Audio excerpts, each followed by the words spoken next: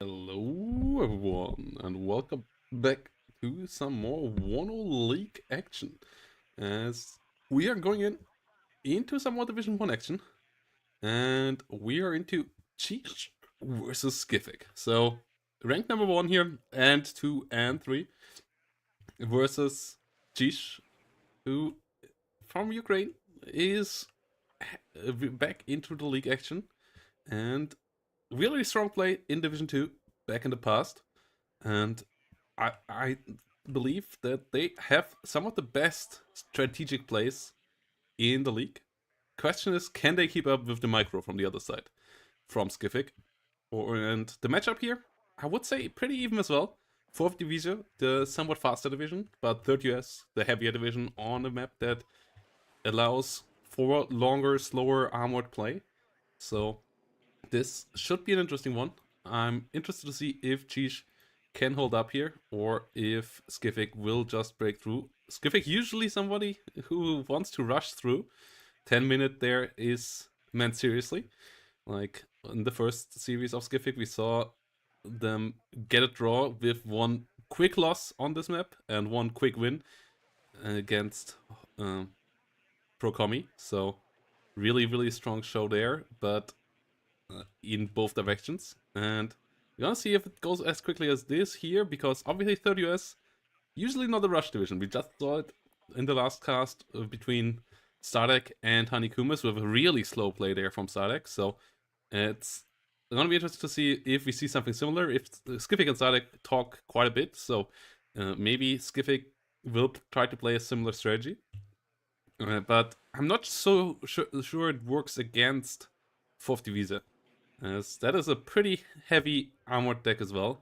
Leo 2 A4Bs and Cs are fantastic. This was also played before the Monday patch, so the division was even a bit stronger back then. And 3rd US didn't have the Scout ACAF for a cost efficient price, which they now kind of get again. So this was for sure more in favor of 4th Divisa on that patch. And it's gonna be interesting to see if that can be used here by Cheech. The KCT Vercanners just got nerfed as well to 60 points, but here on this patch they were still at 50 because they are really cost efficient, these guys. And yeah, this is going to be a really interesting one. And before we jump in and the game starts, a really quick shout out here to the prize pool for the WARNo League season. So you can help out funding the tournament by clicking the claim code button over here and adding free money to the prize pool if you want to help out here over at WARNo. And there are still 18 codes remaining. Thanks for everybody who did so. And also big thanks to everybody who directly contributed here. Fedder and 36 already getting us to over $100. Much appreciated the support here, guys. And yeah, with that said, let's jump back right in here and let's talk about all of the good stuff coming up. Yes, we have the OH-58 Scouts, we have the Bradleys, and back here we have beautiful little chaparrals and an M1A1 HA. Just giving all of this decent assistance. A UH helicopter and the M1A1 HA. Okay. Why? Skiffic just doesn't want to lose the points? Or, like, why is the UH CV going here? Okay, this is interesting. The UH helicopter is an interesting choice. Are we gonna see some Skiffic shenanigans towards Papa with helicopters? Like, what else is this for? This is obviously not for the fire support. I am a bit flabbergasted. I would expect this to change because otherwise this is a weird choice there. And hello to Mikita. And welcome back. Yes. Oh, this one. Let's get the action going. And yeah, who do you see as the favorite division here, guys? Between 4th Divisa and 3rd US? On Vertigo, that is, obviously. I think on most maps, it would be pretty easy to say. Let's go with with the 4th Divisa. But on this map, I feel like Third US actually has a decent shot. Double Phantom Opener is interesting. Blinding the BLs. The OH Scouts able to push through. They have a minigun. They can be a bit annoying against infantry. They don't deal good amount of damage, but they deal damage.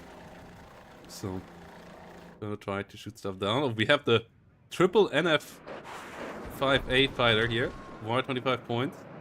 They can't compete with good fighters. But, yeah, as you can see, they even miss a Phantom here. They only have AM9Ps, which are really bad air-to-air missiles. And one of them goes down without them even hitting one single of the 6 missiles here against enemy planes. So, they get the OH Scouts. So the trade versus one of them is kind of okay. But, yeah, in general, you can't wrestle air dominance with fighters from 3rd US with 4th Divisa. Your fighters are pretty terrible, and they have some of the best fighters. Both the F4 and their, obviously, the F15 AM2, A8 with the AM120. The AA2 variant. Or AA1 variant? I guess AA1 variant. Bradley gets an M113 there. Important little kill there as well. Starting with the planning process. UH-60A helicopter was actually actively used for capturing points. But we don't see any capture points actually on the other side. So, yeah, the faster helicopter here gets a couple of extra points. CV only now coming in with a slow M577. And, yeah, 4th Divisa here. Using their TOW2 launchers. They have enough high level pen that they can be annoying for even the M1A1HAs. Like, they have TOW2 teams, they have the YPRs with TOW2, and the Leo 2A4C can at least damage it. Obviously, in a 1v1 fight, it won't be able to win against an M1A1HA due to its 22 pen and 21 frontal armor, especially. It has 3 more frontal armor there. But when it can do 2-to-1 situations, then it can start winning the fights. And it is the faster tank and so on. The HA a bit slower. So the Leo 2A4 can create some situations there potentially. But we're gonna see about that. M3A1 Bradleys coming around. Phantoms in the sky again.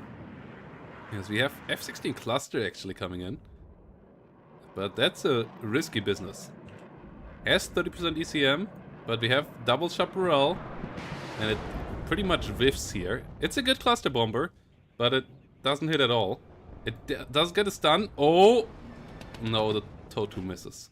And both planes go down. M113 gets overwhelmed on the ground as well. Cheetah here coming around, but yeah, the Phantoms are too good here. And you don't even need the F-15 in this matchup, because the Phantoms already outclass the enemy fighters significantly enough that they win the air fight.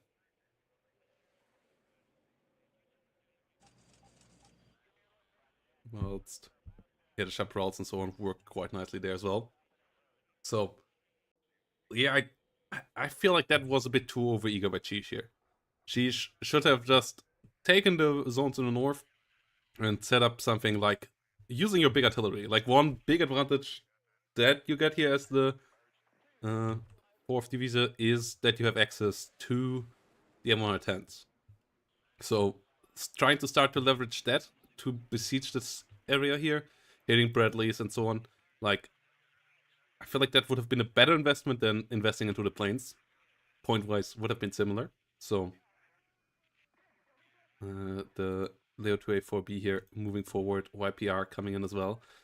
No, we're only going to cover some Division 1 games today. Division 2 games, we're going to start covering next week again, when I have holidays and a bit more time and can do some like big session casting. So on Tuesday and Wednesday, for sure, we're going to cast a lot next week.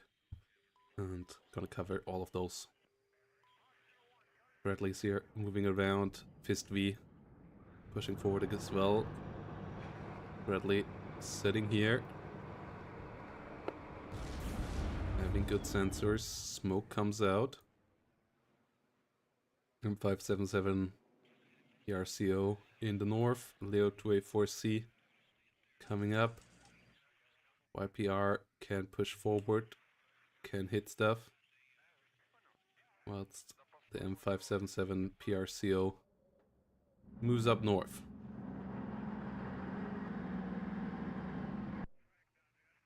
Goes for the Charlie capture.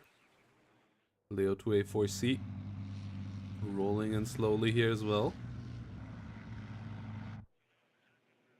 Or actually, rather fast. Whilst we have the M1A1HA printer on the other side. Vertigo strength there. Coming in. Gonna get onto a +2 here for Cheesh. So that will take a long time to win the game for him. As that sends it up to 24 minutes to victory. So that timer is manageable easily by Skiffic. And yeah, it seems like we're gonna go over the 10-minute mark. Bit disappointed there, but seems like it'll be a longer game here. Little BO helicopter coming up. BO 105. That's Verkanner's AT being pushed out here by this heavy Bradley pivot flank. Good maneuver there. Bradley M3A1 pushing forward as well. As the other side disengaging a lot. Leo 2A3, 2A4 coming in. Second one entering the battlefield. So we have a decent number of heavy tanks here on the other side that can react to stuff. But obviously one-shotting an M1A1 doesn't happen with tank guns usually.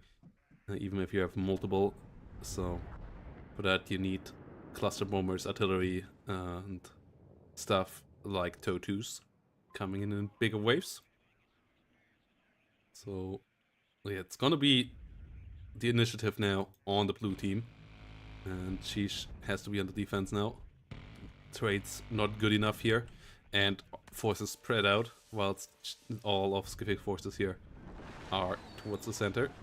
Leo 2A4C spotted. Phantoms in the sky. No artillery yet. No artillery yet is pretty weird in my eyes, as I said before. The investment into planes there was a bit overeager.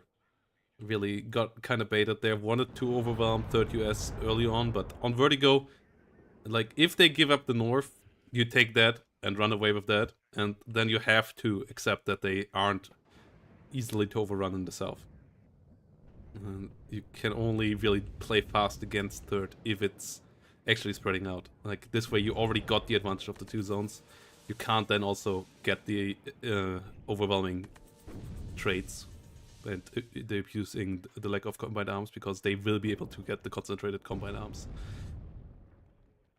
Leo 2s getting engaged here. YPRs did fall back a bit. One of them did go down though. Bradley's here. Obviously really scary for the Leos as well. Can one-shot, side-shot the Leo 2s. And that is really risky. Frontal damage is really significant, especially against the 2A4Bs as well. Whilst more YPRs come onto the battlefield. Finally, the first M1R10. This one will be really important. Can make a lot of difference over a longer game. Easily pay off for its 260 points. Killing 2 Bradleys, for example. Kiowa Warrior. The high quality air forces here. Helicopters coming in now as well. There are Apaches with fantastic Hellfire missiles in this deck as well. The Hellfire with 2,800 meter range is the best Helo-borne ATGM off the NATO side. I believe the Vickers even has slightly more damage, but is slightly slower, so you could argue that for the Hellfire there as well. It's a fantastic missile. Super fast, long range, great accuracy, really good damage.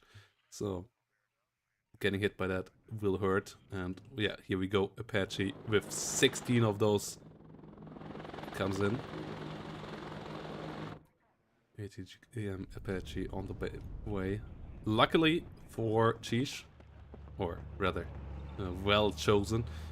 There is good AA here against that with the Cheetah, which has good range and smoke against helicopter and can deal good damage there. The Stinger's manpads are decent as well, though they get slightly outranged, but they come in now as well here, so that should help too. And hey, better 30 months in a row, 31 total. Much appreciating the support over all the months, my friend. Much appreciated. Hope you're doing well. Hope life is good. But the Leo 2's holding up here against the fire teams. Fire team Law on the fire. And, ooh, Bradley immediately gets sniped. Leo can smoke off. That's a good start. And War 10 finally comes in here with the first couple of rounds. Impactful from the get-go. Getting good stress here on an M1A1HA, though more M1A1HAs show up, so it won't be easy to overwhelm this. Toe2 gets a stun there. Oh, and a side shot! Oh, the micro! The micro from Cheesh coming in really good there. Getting the side shot kill. First M1A1HA down. That's obviously a big swing. 350 points there. That's a fantastic one. Really, really good start. And yeah, this is a good fight here. We hear the pivots coming in here. Phantom's still holding off the sky. Great. And you know, you just came at the right moment there, so Ryan, as this was the first massive swing of the game in favor of Cheesh after taking weaker traits here so far. But yeah, that makes the chances of holding on here a good bit better. Cheetah goes down though to this flank. This flank is scary. It includes an M1A1HA with a Fist V, 15-point recon, just being the eyes, basically, for this M1A1. And yeah, something like the Toe just won't be able to get a shot off here. So this is really good positioning here. Hard to overcome. Would need a Leo to actually get on the flank, get the side shot there. Toe 2 here is in a great spot. It gets a Bradley. Leo 2A4 here, helping out nicely as well. But this flank from the south shooting down this lane is really annoying, and as I said, little that you can do here about it right now. Just kind of take it. Maybe can take off a pivot or a Fist V here with the autocannons, but you gotta be careful there. Toe 2 is in a fantastic spot. Seemingly hasn't been spotted. Artillery comes in against the south here as well. YPRs try to get a flank here. Artillery gets dodged quickly. Yeah, Abrams does get another kill immediately. YPRs have to disengage. Toe 2 gets overwhelmed. Leo 2 gets a Bradley though. So at least a couple of important and solid kills here once more. Fist V goes down. Another one could get sniped here. Yes, cheap recon units go down. And if you run out of those recon units to push with, like we saw a couple of Bradleys die already, and really, if you run out of all those recon units, your M1A1s will fall heavily as well. So you can just play around killing everything around the M1A1 as well. This is a way to victory against the 30s as well, because yes, the M1A1s are strong, but if they're blind and they can't shoot you, all the power won't help them. But we are still far away from that. Like, we have still 4. Oh, well, now we have only 3. Fourth one coming in again, but Bradley getting sniped there. Yeah, that's the stuff that Cheesh should kind of focus on right now, because you can't really kill the M1A1 HAs anyways right now. You don't have the firepower, and there is too much micro and Skiffic for letting those fall easily. Like, obviously, if you have some coming up, like the first one dying, take them, but chances are you can't force that. You take it when it happens, but killing off some recon, you maybe can force, and that's for sure a good focus there on the Bradley. And yeah, I expected the YPRs actually going for soft targets like the Fist V here in the south as well, blinding the whole south, and then allowing other units to ambush again in the south. Leo in the center, under heavy fire. Dragon getting pushed. +2 here still for Cheesh. And 110 trying to come around, and Skific seems to be hellbound to just push through here. Not gonna swing north. Wants to win the fight in the south. And Sheesh has to play defensively here. Ooh, good hit for the M110. Gets a second shot out. Gets another decent hit. At least leaves the M1A1 ineffective.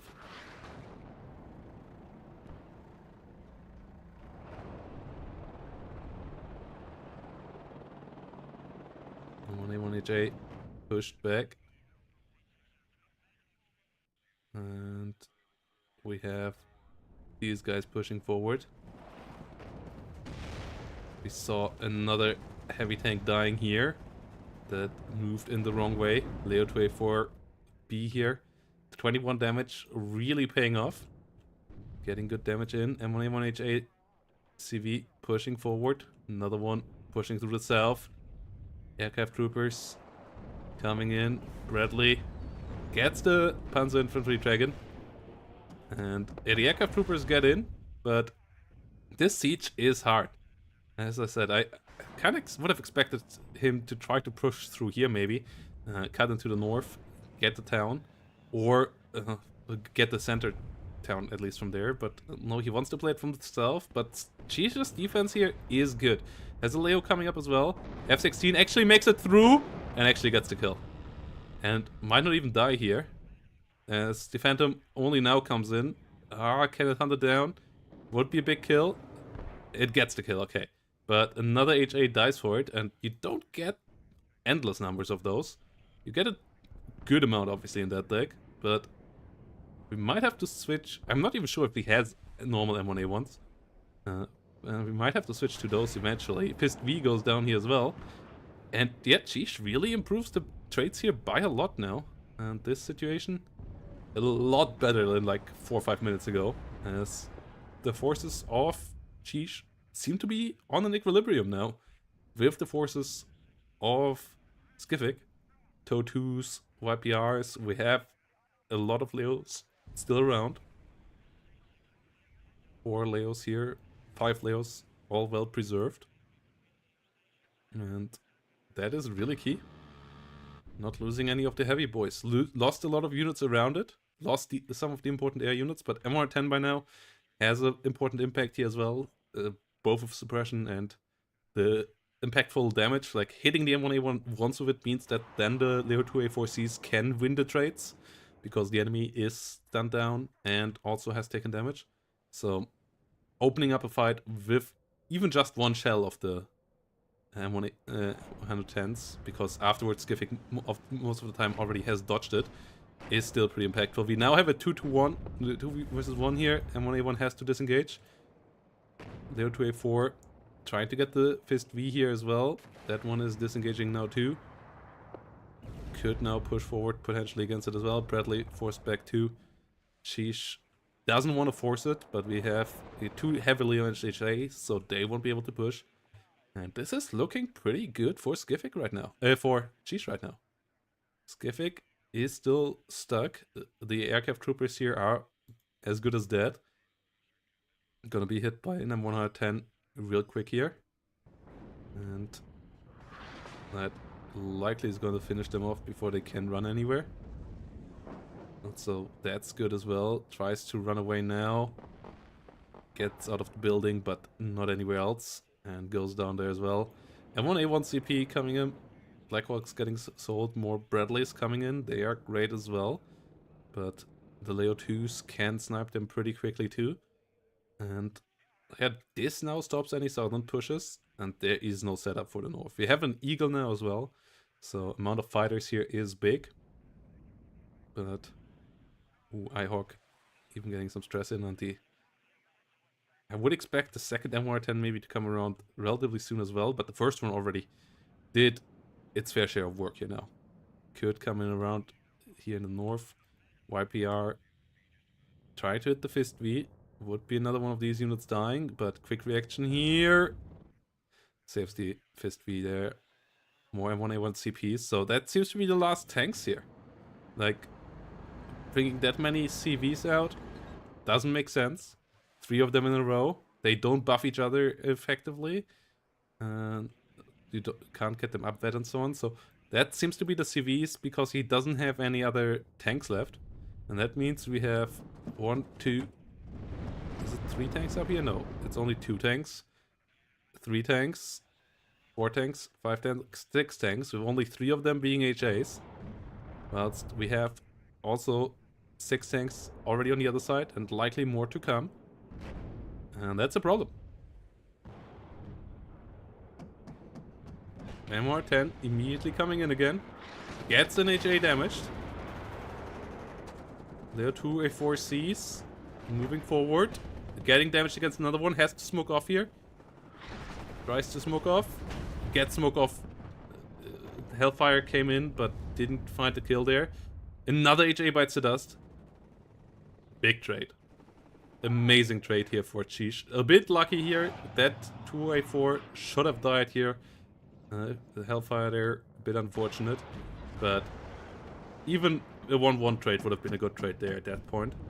And another M1A1 HA is massive. Well, not quite free. A couple of other units here die around the map, but this looks really, really rough now for Skific. Like, how do you push through this now? You don't have the infantry as 30s, you don't have the artillery. You need to use your tanks, but the tanks are just completely stuck here. The Abrams couldn't use their number advantage when they had it. The attempt down here looked really promising, but couldn't really go anywhere deeper.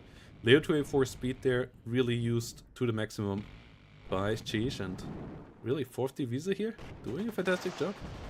And it's interesting to see because often we see Cheesh on First UK, which has a lot of slow tanks, but seems to be really good with fast tanks as well. Cheetahs getting the Phantom 2 here, hit up, pushed back, long term reload time, 2A4C has to disengage, is on the way out. Leo 2A4B and Toe 2s coming along here. Good damage dealers. Nice to Nutres do fall, but that is fine. Question is, can the tanks get some good hits? Oh, Toe 2 likely gonna get overwhelmed. Gets a good hit though! Oh, HA seems to be able to escape here now.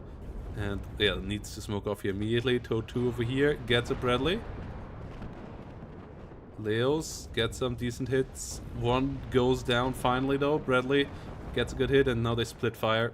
And that was a good hit trade for Skific. The Bradleys are a bit more replaceable. Okay, we have normal M1A1 in the deck as well with 2 veterancy.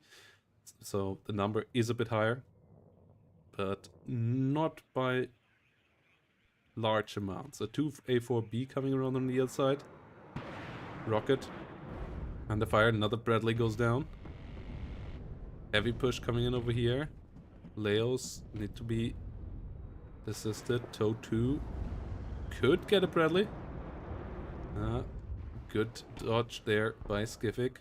But the +2 by now has given Cheesh 1,400 points. By now it's only a 6-minute timer. Timer starts to become a real thing. And Skific hasn't done anything really here to indicate that they are getting close to any point.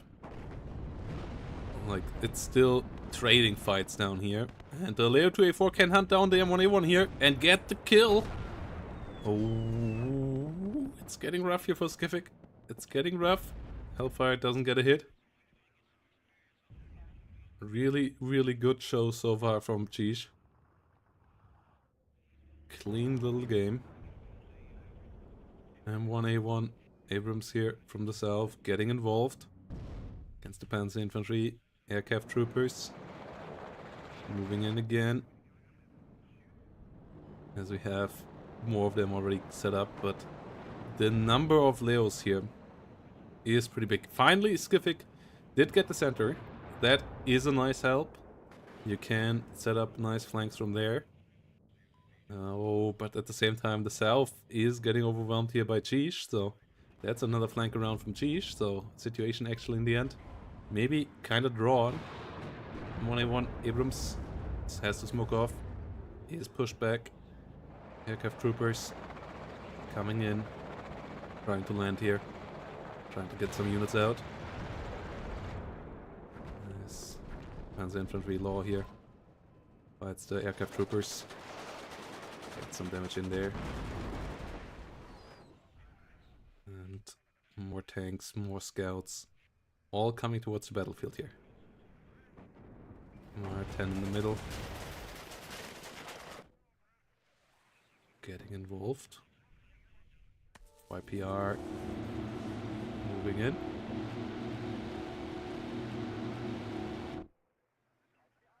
And yeah, more importantly, the YPR with TOW2s coming in for more defense towards the north here. Setting up a real killing field on the field. Ooh, this one is lucky. Doesn't get hit. Has to be really careful though. Finally disengaging. The Leos might get pushed in, but it's only 13 minutes 40 seconds now. And it's only 4 minutes 29 till victory here for Cheesh. So Skiffic needs to overwhelm basically everything here now. And I'm not certain that can be achieved. Like, that would need some real Skiffic magic here in the trades. And there was no indicator that that is going to happen here. So far, Cheesh with really good micro. Gets a Blackhawk. M113 goes down. Leo 2A4C gets hit pretty hard. TOW2 disengaging. As we have some artillery now here as well.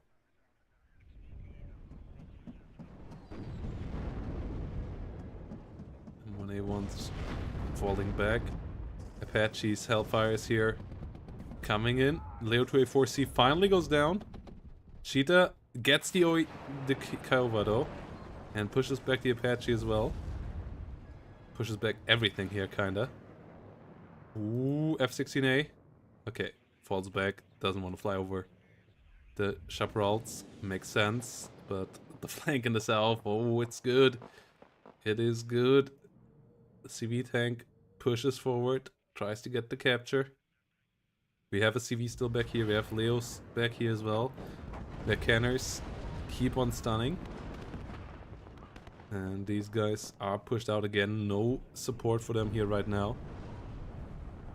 Stingers all around. Cheetahs all around. Helicopters can't just rush over the north. The Cheetah alone has good chances of beating that. F-16, unfortunate there with the miss. But the Cheetah is big. It can just shred through all helicopters. Even an Apache rocket there wouldn't be a massive issue. There we go. Gets a good amount of damage in. Gets the route before can get stunned, and that will be the end of that helicopter flank. That's seemingly a bit of a desperation push here out of Skiffic. Not enough support there. M1A1 in the south goes down as well at the same time. UH-60A coming in here desperately. The Cheetah finally gets pushed back. The UH might be able to land, might be able to get a bit more time, but it still needs to kill everything here. And, oh, the canners are on range and get the CV. Get the CV. Keeping it at a +1. 4-minute 12 timer. F-16 gets another helicopter. Stinger still not focused here. Still could get a kill against the Apache. Gets the UH instead. YPR though can deal with the Hawk. M1A1's finally moving north. But even if they get everything here, it wouldn't be enough. UH over here will get shut down by the 30mm autocannons. Ehrlichins doing a good job, or 25mm Ehrlichins actually. Doing a really, really good job, whilst at the same time CV in the south kinda stuck as well. Panzer Infantry Lore can get overwhelmed. Leo 2A4B though gets a good hit. Starts with a really strong hit here. And does miss afterwards, but smokes off. Good start. TOW2 still around. And we actually have a CV here contesting. Oh, the UH actually makes it through. That's pretty big as well. But I'm not even sure a +4 at this stage is enough to turn this game around. As we only have a +1 right now. Gonna have a +2. Gonna have a +3 here in a second. That's 13 minutes. That's not quite good enough. TOW2 coming in. This will go down. Yeah, and we have another M1A1HA. We don't have much behind all of this. Still have a CV on the other side, some smoke play, and then all of this is possible. Leos get in with good damage in the north. HA is once more heavily damaged. UH goes down in the north, could be recaptured. Stopping the take. As the Panzer Infantry comes out at the wrong spot there. Totu coming in. Gets the hit. Gets the Bradley. And every Bradley loss does hurt a lot. Those are pretty expensive units. The recon ones especially, but even the normal ones are pretty expensive units, so losing them does hurt quite a bit. More 10. Currently not active, and would expect the CV here to get and come to play and take the place over here soon. Cheetahs holding the north. CV does move into the northern zone here. +4. Even a +4 right now, I don't believe would be enough. So that's an issue. Cheetah here killing off aircraft troopers immediately as well. That's a big issue as well. AA stacking really nicely with accuracy. And +3 here. Skiffic, all nice, but that's not good enough to really change the turn of the game. You kind of would have to push deep here now. And there is still a big force between Skiffic and the rear zones. So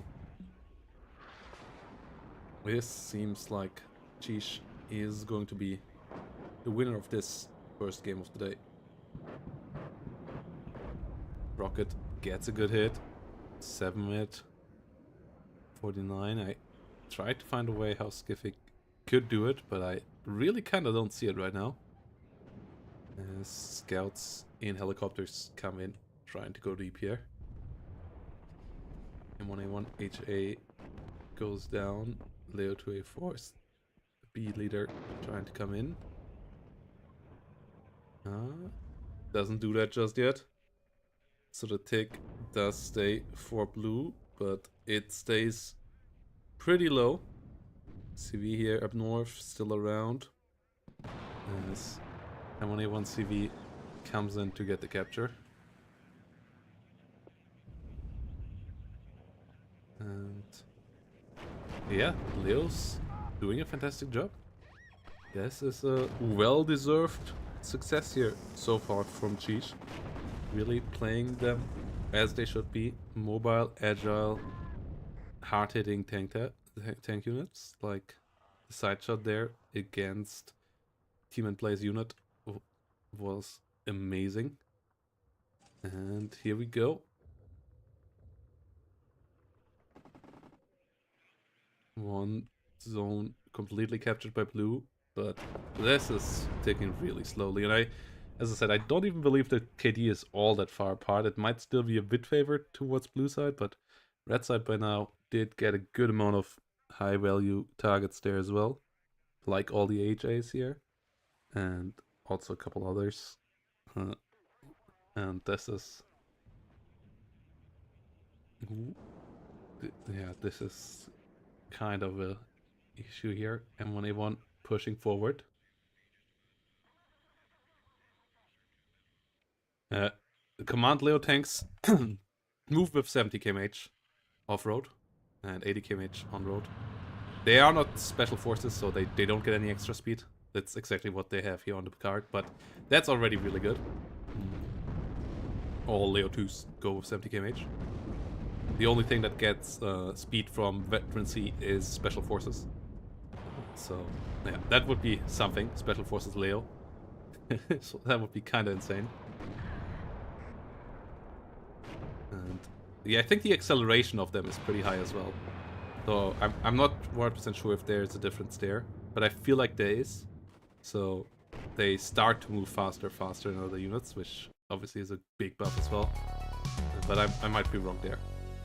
And yeah, we have Cheesh winning here with a positive KD. Skiffing does the red alert after 34 minutes, 50 seconds, realizing that the 1866 point lead is something they can't catch up to, and well-deserved victory here by Cheesh, beating rank number 1.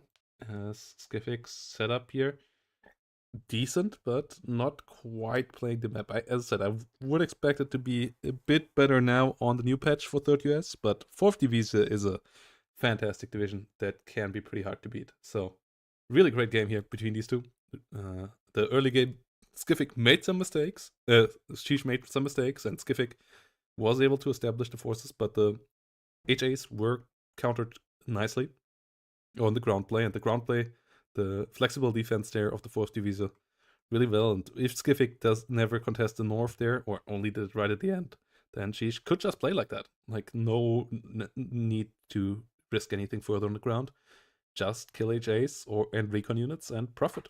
And really well done there. So Skific is now a step further away from making it out of the group stage. And that would be a big upset in my eyes, and I guess in most people's eyes, as people see him as the favorite for the tournament. So not making it off group stage would be big. Losing the next game kind of would seal the deal on that, I would believe. So he really needs to win the next one. If he wins the next one, then if he wins the last one, it's still really likely that he's getting through. But if he has 3 maps lost, then the chances are really slim. So he needs the next map.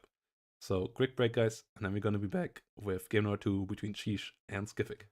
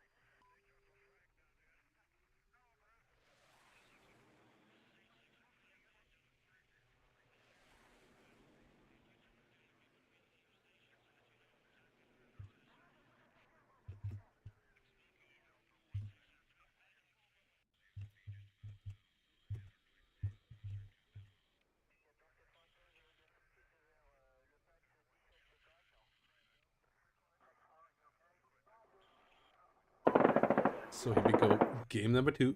Sheesh versus Skific. And we are on Kreider out of all maps. And we are on the right side with Sheesh with another Layer 2 division. 5th Panzer, a division that we have seen quite a lot from Sheesh. Usually playing something around the armored settings.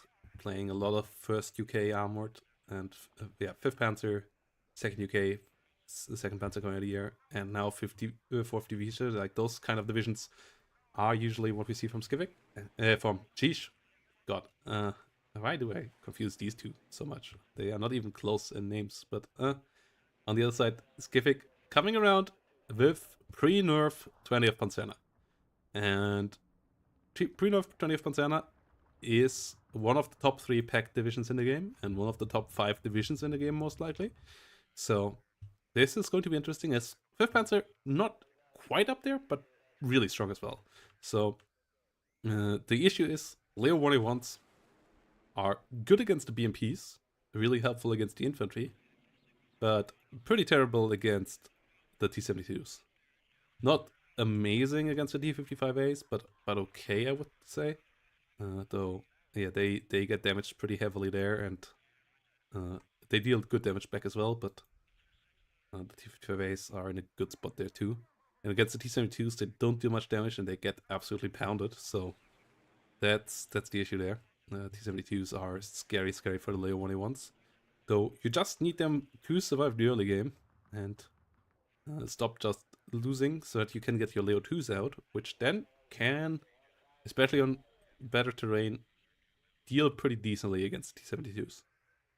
So you have to get those numbers up though. And that is the really hard thing to do, because the enemy will just throw a lot of them on you, and you have to hold out for that. So let's see if she can do it on the second one as well.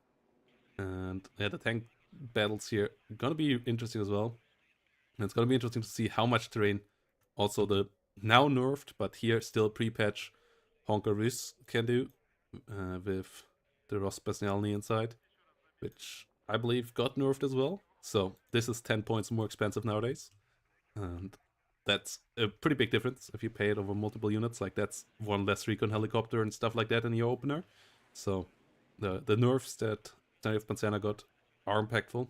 I believe we will see less of it, or we might actually see more of it because it's getting less bans and just is. I still think it's a good division, but it's for sure less OP, and maybe now an A tier instead of an S tier division, but still a good division, even with the also heavily nerfed T-72s, obviously. The M1s with smoke and the slight nerf to the Wilk. Looks coming around here, opening up against the Mi-2 US. Slowly but surely whittling it away. But those units Skiffic doesn't expect to survive. The recon helicopters are just there to figure out what the enemy deployment looks like. Ooh, we have some shenanigans here going on. Ross Specialny diving deep.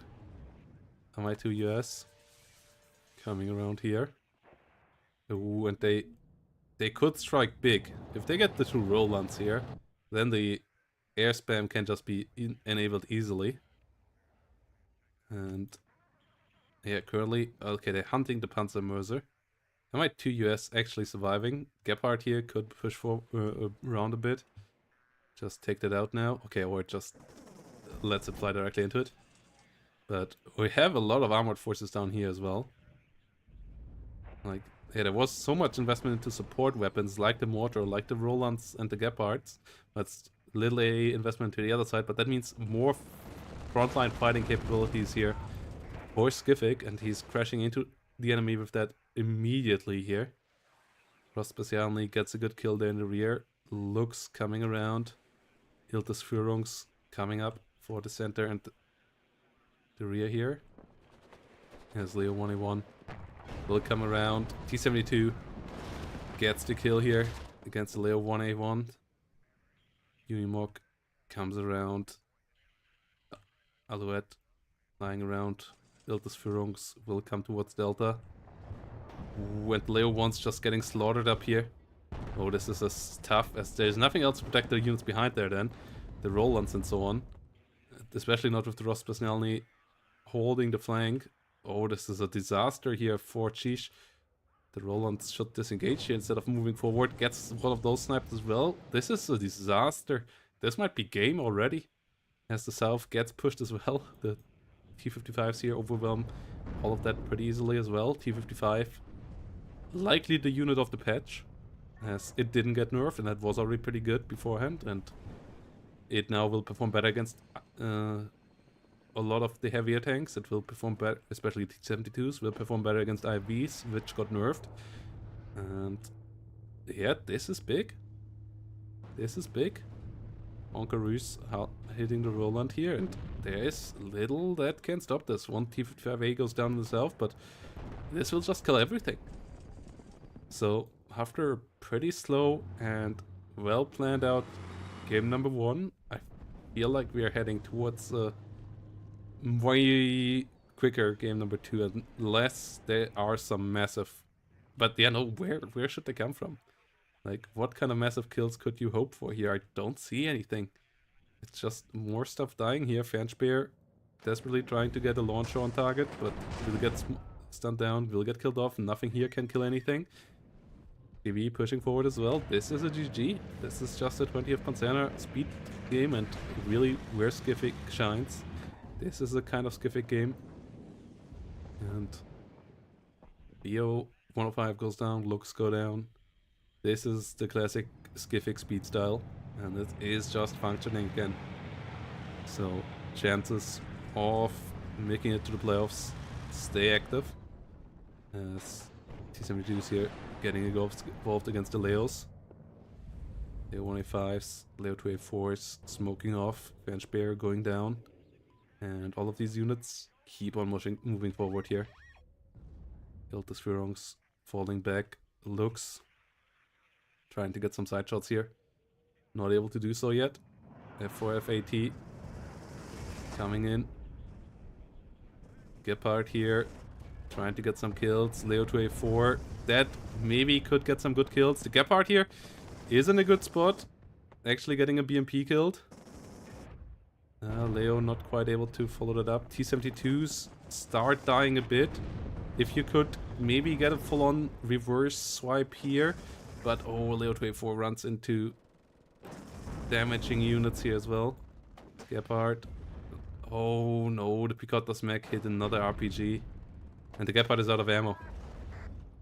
So that Leo 284 won't be able to push forward and... the swarm is coming. Gepard goes down, F4F. Trying to come around again. Gets another T72. SU-22 AT on the other side though. Coming around as well. Will get the looks. And the wave is just keep coming.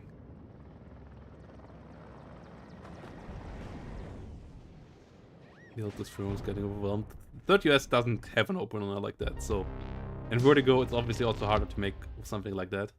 But yeah, in the end, she didn't even trade insanely much worse, but...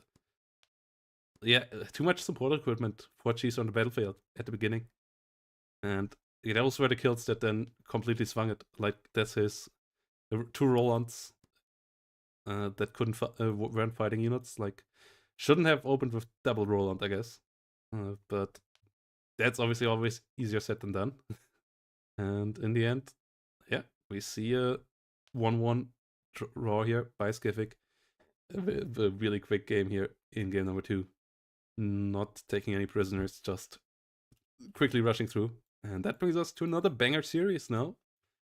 As series number 2 of the day, Woe Is Me versus T-Man Plays. The old champion versus the new champion. Who will win there? Really exciting group stage map already. And yeah, it's gonna be interesting. Woe versus T-Man Plays coming up here in a second. Insanely hot group stage game.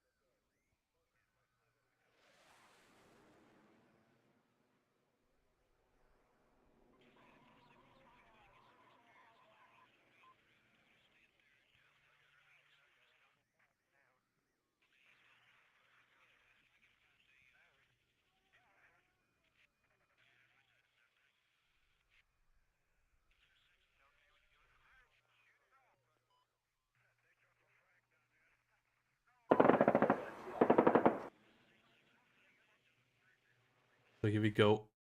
Series number 2 of the day.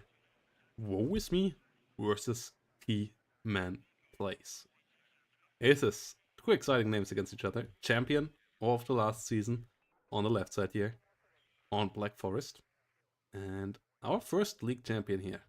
And one of the biggest veterans, one of the most well-known players of WARNo history here on the right side. Finally returning to the league after being busy in IRL, with getting married, moving house, and all of that stuff.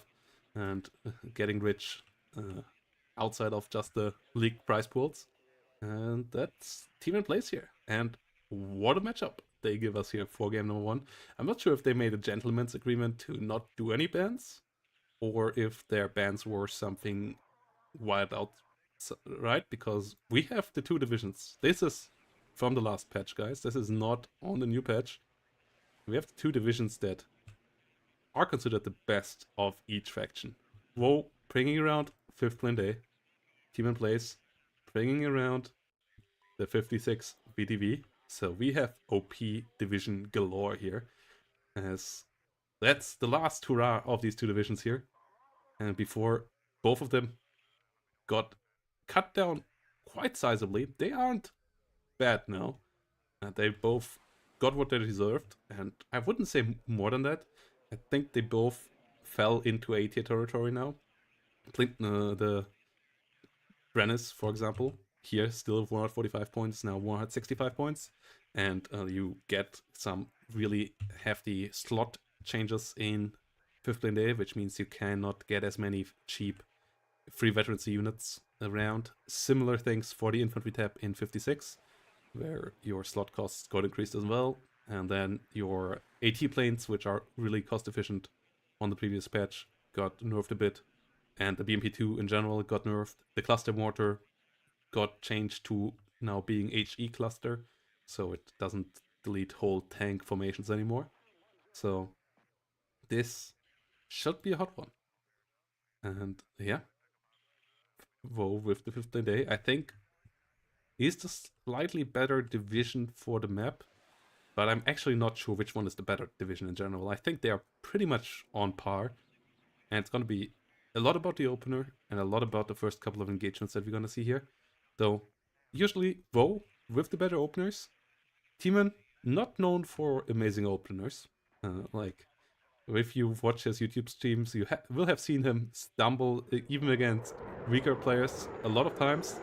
The thing is, this guy has, like, if you would put it with, like, FIFA kind of player cards, this guy would have the highest mentality stats out of all players. He doesn't give up. He doesn't get tilted. If he loses a unit in the opener, he just plays on.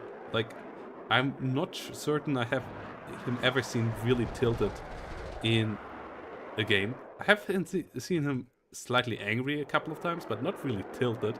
And being 100% tilt proof is a big thing. WoW is pretty good in that as well. Like, both for sure strong players in the mental thing as well. That's one of the reasons why they got league championships under their belt. But I don't think he's quite on the level of T-Man. And T-Man here started with a good kill on a Super Puma, with a commando on the side, hunting AMX 10 Zeppelin, but good stopping position here behind the buildings, giving it as much time as possible for the other units here to catch up and try to protect it. MI8 here rotating around, VLRA on the fire here, still 2 cocons left. Zeppelin will still get hunted, but can just shift around the building here. Okay, pops the smoke for now, maybe even a bit preemptively. Could just have stayed in the shadow for now. What's a Trusk is coming up, and now T-Man has to disengage here. Give the space to the enemy.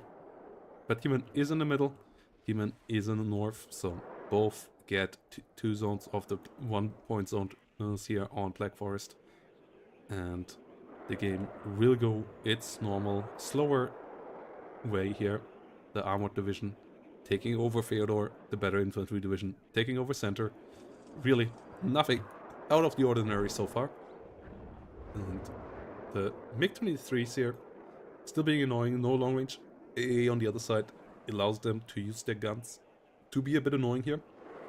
The Super Boomer kill was nice, but nothing that really swings anything.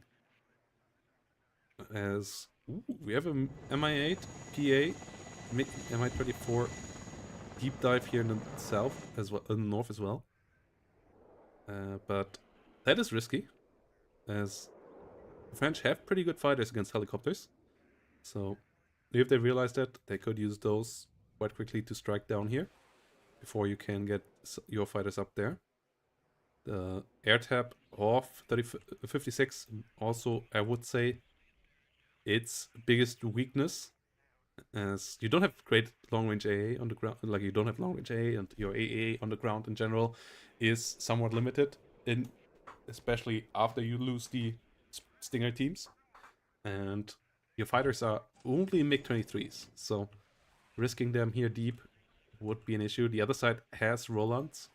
Roland 3s coming around here now. Those arguably got buffed. They now cost 5 points more, but get smoke, as they have smoke launchers on the vehicle. So up here in front, and the rules say every unit with smoke launchers on the vehicle that also had them in real life should have smoke capabilities. So Roland now has smoke, but pays for it. 5 points extra in the new patch. AMX of 1 coming in will try to hit team and place units over here. Most likely start to win the town fight. And well, leaving a +1 here to T-Man, that's annoying, as getting any points on Black Forest isn't that easy, and he is the one that should have the +1, as T-Man forgot to capture this point, but the rear point here didn't get captured. Oh, it actually was never touched even, so might have been planned, but yeah, leaves T-Man with a slight point lead here, as well will only get a couple of ticks before the northern zone here is captured. Dragon Para pushing forward, Spesners GRU, and Deshaniki RPG-16 holding the front line there decently. BMP2s coming in on the numbers, still with the old stats, still with the high accuracy autocannon that now has 5% less base accuracy. The Concourse that still has the 8-second reload time instead of the 12 seconds. So yeah, they are a decent bit weaker now. The AoE and suppression of it has been slightly reduced as well, so that they are a bit weaker against infantry and other vehicles, but they are still obviously good. Like, I would say IVs should be good, so not sure how much more they should be nerfed, if nerfed at all. I know a lot of people are still angry about them. I'm not so sure about it. I feel like they might be in the spot where they need to be. We have to test it a bit more, but IVs obviously should be good. Like, they are a big part of modern battlefields, so we'll see. MX-10 hot here on the other side coming around. Brennis moving forward. Brennis with its 19 pen can deal a lot of damage quickly. MX smoking off. T-62 around here as well. This one can shut down a battlefield nicely as well. It's the one without ATGM though, which I find weird. Like, usually you often don't even see them used, or only in the later stages. As a pure gun tank, T-62 actually isn't great. This one here, with the fantastic Bastion missile though, that one is great. That one is a hard to kill IFV slinger that can one-shot enemy IFVs. Hard to kill ATGM slinger, stun down enemy armored vehicles pretty hard, and then if need be can use its gun to deal with soft targets. But the low rate of fire and so on hurts the normal T-62 here. Ooh, MiG-27 gets a good kill, goes down in return, but gets the CV there at least. Getting killed in return obviously means that it hasn't paid off fully in price, but did get a bit of tempo here for now, and maybe T-Man can use that now with a counter push here towards the south. MX-13 goes down. MX-10 RC pushing forward, but a lot of ATGMs here coming from the side. I'm not sure he sees that.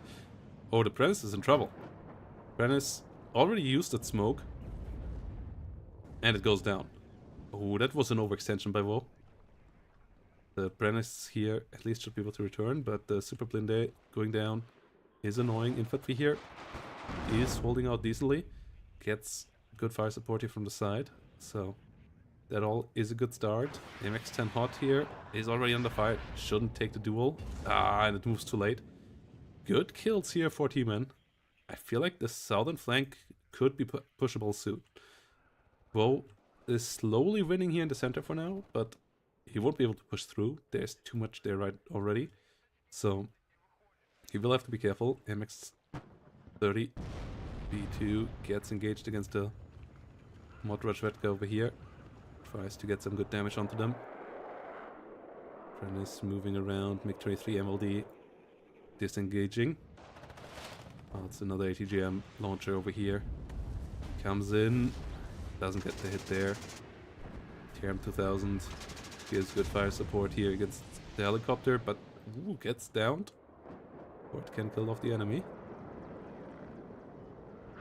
Oh, with the Alf one actually missing there pretty heavily. Finally gets a good hit though. Still might finish off the Rajvetka. No, the last shot that can hit it lands on the wrong side. So this one will survive here for T-Man. Important little unit to keep around. Recon infantry, really good and really important in WARNo. Very good optics and exceptional optics are what sees stuff for you. Ish and Nikki here pushing forward. The Mi-8 got some kills. We got a kill against one unit here so far. Don't think they have been figured out. And more units here pushing forward, so T-Man really setting up the flank. That could be quite helpful. Whilst MiG-23 MLD comes around. MiG-27K gets the Brennus. Good hit. Good hit. Really key. This is why these things got nerfed. They are fast flying planes that have good fire and forget ATGMs. So even if you smoke, once they are launched, they can still hit you. TRM-2000 there, not maybe the target that you really wanted to hit, but still, a kill is a kill. Means that the Brennus here won't be repaired, and every Brennus kill is big, as the difference between a Brennus in capabilities and a normal MX-30B2 is pretty big. Has one more hit point, one more frontal armor, 2 more pen. So that's quite the capability difference, especially against T-62s, where the 2 extra pen mean 1 extra damage per hit, and the 1 extra frontal armor also means a good bit less damage per hit there in return. It's Brennus here, for example, making quick work of that MD here. Credit voltage is coming around as well. So this time around it's T-Man having to fall back, but T-Man's flank here is really well set up. I'm not sure what WoW can do once this happens. Like, I feel like WoW will have to push into this here now, and I don't see that going favorably for WoW. This flank is looking big. These are big hit point units. If WoW has air, maybe that can change the outcome here a bit, but currently he has only 1 4 hit point. Okay, commandos coming in. Outside of that, it's a lot of tanks towards the north here, but no smoke mortar or anything that can't set up the AMX getting into good ranges. And yeah, his commandos coming in. MiG-23 MLD. Oh no. Oh no. They're going for the spawn here. If they see the commandos, oh, this could be a disaster. They are pretty low on fuel, so they don't have much time. I don't think they have the time here to get on target now. They're running rapidly out of fuel. Oh, they have spotted them. Oh no. Oh, I think they just have time. Okay, 1 commando goes down before they have to return home. Flying over Roland 3s. Roland 3s missing 1 shot, and I believe they will be out before the next one can hit. No, 1 goes down. Okay.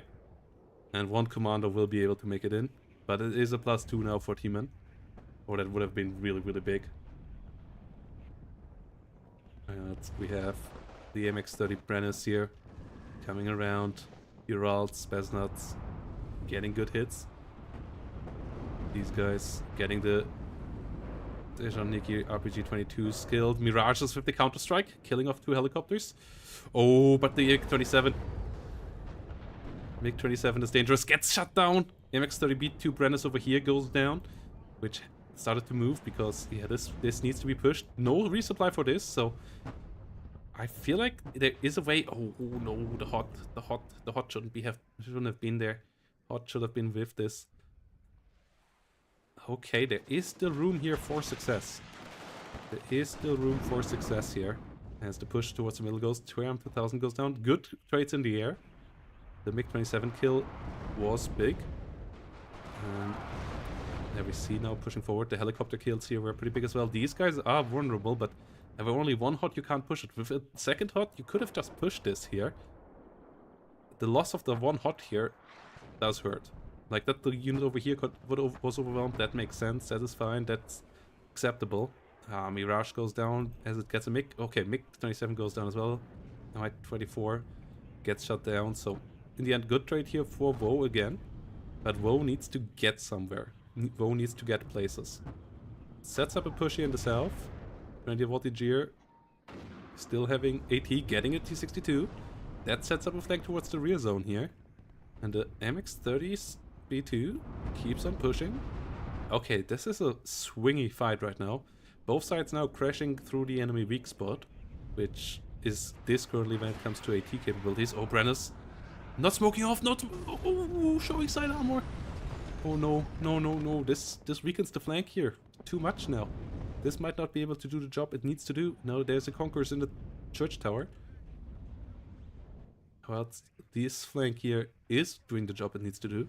Well, you still can get into this zone here, but this was the potential of just going deep, deep, deep here. And now you have to deal with this Conquerors. Both sides with heavily damaged units. No time, no chance for resupply here. Conquerors coming out. There's no smoke on this thing, I believe. So if it gets hit, it is over. AMX-30 Brennus going down over here. Another one gets gunned down, going too deep into the RPG range here. That's a mistake. Yeah, maybe WoW getting a bit over-eager here. Loses another one to RPGs. You can't let them get killed like that. Like, losing that many MXs to RPGs, I feel like WoW felt the pressure. Maybe a bit too much, because he was just getting good trades with the guns. He was starting to win the air war. Yes, he is getting ticked against annoyingly much right now, but now he just gave away his lead in trades and is still getting ticked against. Like, this is risky now. He's the one that still has vision and units that can shoot, but once more pushing towards RPGs here. Way too close. And gets side-shotted here against. The MP2 comes around. Like, whoa. There are divisions where you can face check with the MX-30s. But Soviet divisions aren't that, because they have pretty good anti-tank launchers. They have the RPG-22, they have the RPG-26 here with 16 damage, and the RPG-7. They all deal good damage. The Gazelle cannons here getting shut down. Annoying as well. But it does happen. But yeah, the loss of the MXs does weigh a lot more. This one here now pretty stressed out. Gets hit one more time. Conquerors here now getting involved too. Like, this is bad. Another hot 10 goes down and WoW just threw away the trade lead. Like, he was outpositioned already, but he did use it nicely. He did take good engagements in the middle until he decided to get impatient and overstep his welcome with the MX-10s, 30s. Like, they were shooting away the infantry. He had the recon units around to spot the infantry as well and just shoot them from distance and slowly grind them down. But I guess he was feeling too much pressure from this. So T1's play here working out. And now WoW is behind on points. And whilst his position isn't way worse when it comes to the trade part, I think, he is not ahead anymore. It looks about even when it comes just to base units on the battlefield, considering that the air tab, I think, is looking still a bit better for WoW. after the couple of kills he got. But now he starts to lose AMX-10s. He loses all the infantry up here. Like, he won't be able to get it back into this rear zone. Was a bit too much of a Rommel move there. A bit too much of a dash to the wire. Coming in, and now it's 600 points already for the other side. So this is annoying. Jaguar can come around. He has the air dominance, so he can use that. Doesn't quite get the kill there though. Chasseurs struggling to push through. There's another 14 hit point guy there. Jaguar should disengage here. Rolands are around in the south. Mistrals as well. The Jaguar goes down. Victory 3 goes down as well, but this one is in a decent spot. MX30B2 is sitting around here. No, T-Man didn't play last season, but as a previous league champion, obviously when he returns, he gets put back into Division 1. And yeah, he's doing a good job here right now. MX30B2 coming up. TRM2000 coming in as well. MX01s and Alouettes flying in. B2 disengaging slowly here.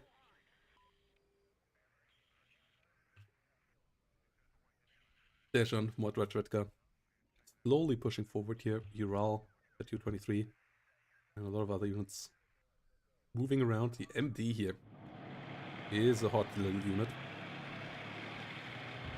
And Bastion missiles are still really strong as well here on defense. And that's the only thing T-Man has to do now. Like, T-Man doesn't have to go anywhere now. He only has to play defense. The enemy has good units against breaking positions. The Alphon, the Jaguars, even though one of them already down. And MX-30s can deal good damage against infantry from the mid-ranges as well with the autocannons and so on. But getting a reinforcement units right now in the north is unfortunate. The same with these guys. They shouldn't go through there. Hopefully he realizes that this is the pathing way. He switches it down. Yeah, Afghansi here likely gonna go down before they can enter, exit, or not. Barely survive. And now you can just print BMP2s and T62s and just play it defensively here as T-Man.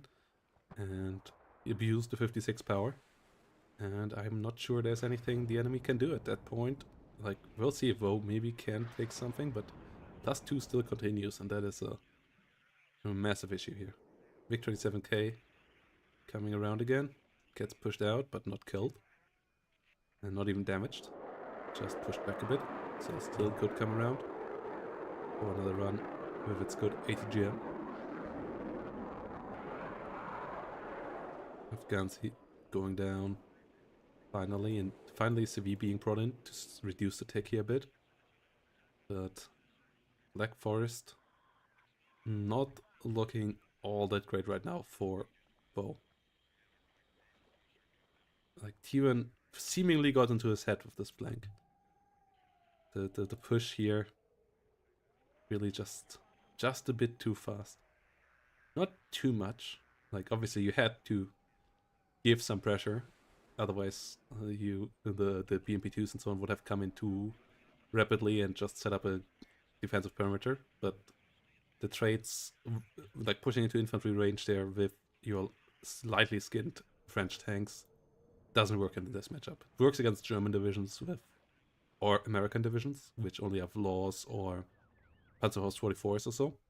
But against anything with potent launchers, like most Soviet divisions, that's not the way to go. And especially not something like the French or the British, where low 80s and the Apivas just greet you and just murder you outright. But that's fine here as well. Gradient Voltigear FR F1 moving forward. Trying to free the forest. Have a sniper rifle. Deal good damage there. As the elf ones don't really get the hits here. T-Man with quick reactions, microing around it. 1000 points nearly now. And we only have 17 minutes left now. So Woe will need to get a really good success here. And oh no, he's not getting it right now. I got ATGM aiming up again. These guys here need to get repaired. Idea voltageers moving around, T-Man reacting, disengaging. Just has a lot of units all around the battlefield. MI8 bringing in more reinforcements quickly to the front line. There's enough Ganzi, good infantry on this, especially on holding positions, 2 medium machine guns and a sniper rifle. Whilst artillery is aiming again, MX-10 Hot has to disengage, will lose the ATGM battle against the T-62. As the MX-1s will come in perfectly here against the Grenadier, the Descent Modratchetka that just entered the building. So that one should be dead, trying to leave right now, but the artillery hits beforehand and gets the kill there. But the T-62 here gets the MX-10 Hot in return, so situation still solid for T-Man. Little change. P4 here, too close actually. Just be careful. Does only reduce it to a +1 and even gets hurt pretty badly. The 14 hit point. There's a Nikki here pushing through. The P4 maybe should even disengage further. This still can be overrun. Brennis getting involved a bit here. Infantry pushing around as these guys are getting into the right spots. P4 now starts acting, but this might be too late. Ooh. Or just in time. Oh no, it gets hit by the soft damage and actually gets killed. Another just slight misplay there by Vo. MX-30B2, but it gets punished by the good hunting order there by T-Man. Mirage trying to come around, getting another kill against the Mi-24, not achieving that, dying to the Strellat hands. Another lost opportunity there, another lost toy that can't help out further. MX-30B2 here might die as well, still disengaging for now, but a lot of HGMs flying in its direction. Might be able to get out of range from all of them here, as the infantry in the center is fighting again. But the 14 hit point units are hard to kill. Commandos currently not engaging, special forces not in the fight. That's a mistake. As the Brennis here trying to hold the line, using their good autocannon to deal with infantry. Supplaned, getting involved, helping out. Brennis being hurt. Artillery once more not hitting the right spot. Once more not getting the kills. As a MiG-27 comes around again. 40 minutes, 29 seconds. And +2 does continue here for Team Place. P4 PC coming in the rear. We'll try to get some capture points on. And a little Gazelle Hot flies towards the battlefield as well. MX-30 gets a good hit. We'll try to get some good damage into here as well. MX Alpha 1 against RPG-27 squads.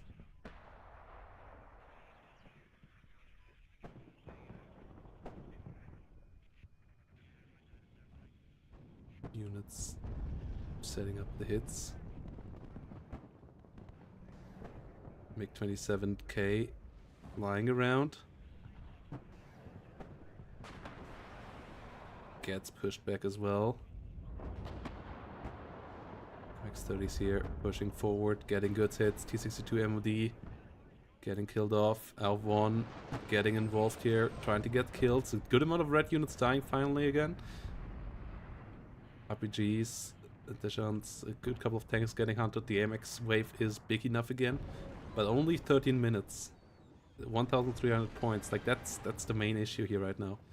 Like I feel like there might be a point now where WoW can get some these two zones again maybe, but that wouldn't be enough. Like the push here through the north is a really interesting one, but that he never recaptured the rear until now is a massive issue. Like the point disadvantage is big The Conquerors here is still in a good spot as well. The positional disadvantage from it, the amount of territory that he has to capture is big as well. And it seems like T-Man is really making a example of being back into league action here against the current reigning champion. As this first game is seemingly his by now. Like, I don't quite see how WoW could turn this around. AMX of 1, get involved, but he still doesn't have this. He still hasn't stopped the tick. It's 1,400 points now, and it's only 12 minutes. The AMX of 1's here surprisingly inefficient in this game. Like, the amount of kills really low for they are kind of artillery pieces. They usually are good but more effective, but firing a lot of guesstimates and not getting the hits, the predictions of WoW often wrong. He just hits empty spots on the battlefield. Now trying to get involved here against some units that he can spot, but yeah, now he is out of MX 10s, 30s again. He brings another bit in, but his infantry fights aren't currently going his way either. The AMX of 1 will once more hit an empty building. Human really doing a good job of rotating around as well, leading to those empty buildings being around and being the ones hit. But yeah, a bit of a misusage here in general of this as well. Not going for something like the Conquerors and so on, not hunting down the CVs. Big 27 gets the MX30 leader, and that means there's only one leader on the battlefield here right now. Well, another one coming up, but if you would want to win here, you would have to get all of this here again. And that is just not gonna happen here. 10 minutes for 40 seconds, but there are too many red units still on the battlefield. Would he even survive the artillery hits here so far in the north? Yeah. The MXR ones don't get the kill there either. They have to rotate now around. Chasseurs getting repaired. My-24 around. Setting up engagement against the MX-30 here. Big 27K still has a good ATGM. Finally gets hit, gets pushed back. Will be out nearly until the end of the game. MX-10 RCs and a Roland 3 coming in as well. T-62 now being targeted. But there are still enough BMP-2s to just throw in here. 56 doesn't run out of stuff, especially not last patch. And that means a war of attrition kinda isn't an option here. You just need to kill more and actually get into a position where you can leverage that trait. And those traits are currently not happening. Roland's not getting a shutdown here. Okay, we're back. So it seems like the issues are still around. The issues are way smaller now. Like it seems like the update, the NVIDIA update from yesterday did help. Usually I have my screen frozen for 5 seconds. Now it was just a quick, really quick freeze, and then it was back. Yeah, hopefully YouTube takes it as well. I fear it won't. Might still work out. We'll see. Are you still there, YouTube chat? Let me know. Would be helpful. Well, it's MX30B2 Prentice moves forward. MX10 RC moving around as well. As we have all of these guys moving around here now. Dejan Nikki getting overrun. RPG-22 getting hit here. And the +1 is big. +1 is pretty big. MX-10RC moving around here. Good kill against the BTR-60 PB. Good hits against the BP2s here now, but 8 minutes only. 8 minutes only. What a match. Like, really, the maneuvering of both sides shows why these guys are here, why these guys are champions. Like, I don't know a lot of people who would have been able to react to the fall of the flank with as much vigor and decisiveness as WoW. And even though he overstepped a bit, like, he got closer than 99% of players out there would have gotten. And with just a bit better play, he would have gotten it. But obviously also Human reacted to that really well as well. Keeping key units alive, getting the Conquerors here in immediately and so on, and not panicking, not just try to pick off AMX 30s bit by bit, not just panic evacuating either, just like having his units standing in annoying positions where enemy units had to get close. And they bought time and so on. And yeah, the whole setup here also just so strong as well. So strong. So +1 does continue, and this is really WARNo on the peak level, and this is why I love this game. This is what I'm casting all of this for. Games like these are fantastic, and so far, all of League Season 4 has been fantastic games. Like the Skific Pro Combi series, it was a completely different kind of games, but those were fantastic as well. The first Cheesh versus Skific game today, great engagements, showing that somebody like Skific is beatable if you set up the right fights, and I think the new patch will only increase this because the divisions are closer than ever in balance. And yeah, GGVP here by T-Man. WARNo is in a fantastic state for competitive play. There are a lot of things I would love to change about WARNo, but the balance currently is not one of them. It's in a really good state. And T-Man plays here really showing it with 56 against 15 day. Two divisions that were on the top in last patch. And it's going to be interesting to see where they are now. Really, really fantastic game here from T-Man. And WoW has to step it up next game.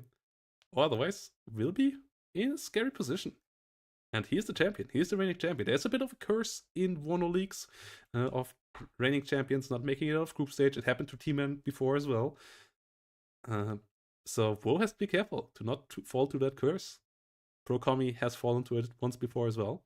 So yeah, let's see if WoW can make it out of group stage and at least get a step closer there in the next game, in game number 2, or if T-Man can bring the old guard back here fully and yeah, set up the lead.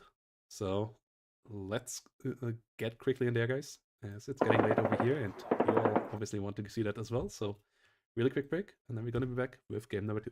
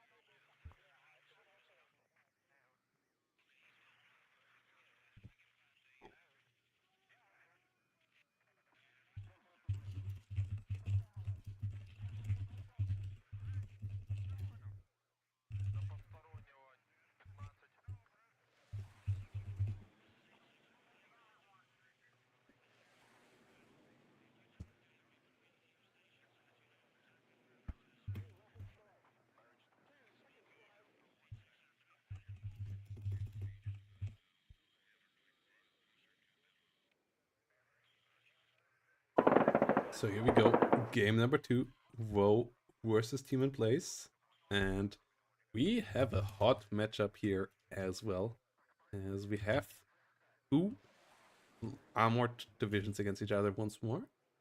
And these two armored divisions are both fast spearhead formations. And that means on Vertigo, we will see a lot of good tank fights, I would say. As we have on the left side, woes me this time with the Pact formation, the 79th Guards on the last patch before they lost the OSA. Likely the best heavy division of the Pact side. And then on the right side, you have the 11th ACAF, which it was on the last patch, in my eyes, American's best division. It has good stuff like the recon deploy M1A1 ACAF. It has good air tap and Hawks, a decent amount of infantry when it comes to choices. Not a lot of them, but you get Panzer Grenadiers and so on. So you get some cheaper options in decent IFVs there around and like a bit more cost efficient than 3rd US where you only get expensive stuff. So you can get into engagement a bit quicker. And Hawks and M109s and so on are decently rounding all of this up as well, but especially the recon tab is one of the best in the game. So that really helps out a lot. And that means this game number 2 here should be a hot one too. And yeah, WoW really needs this win to keep good chances on making it into playoffs. Otherwise, if he loses this, he can't let any of his other games be a slip up. That would be pretty tough because there are 2 other strong players in this division, in this group, with both Jeremy, aka ZX Civister, another great and friendly content creator from the US, whom we had on the stream just like these 2 guys a good couple of times in the past as well.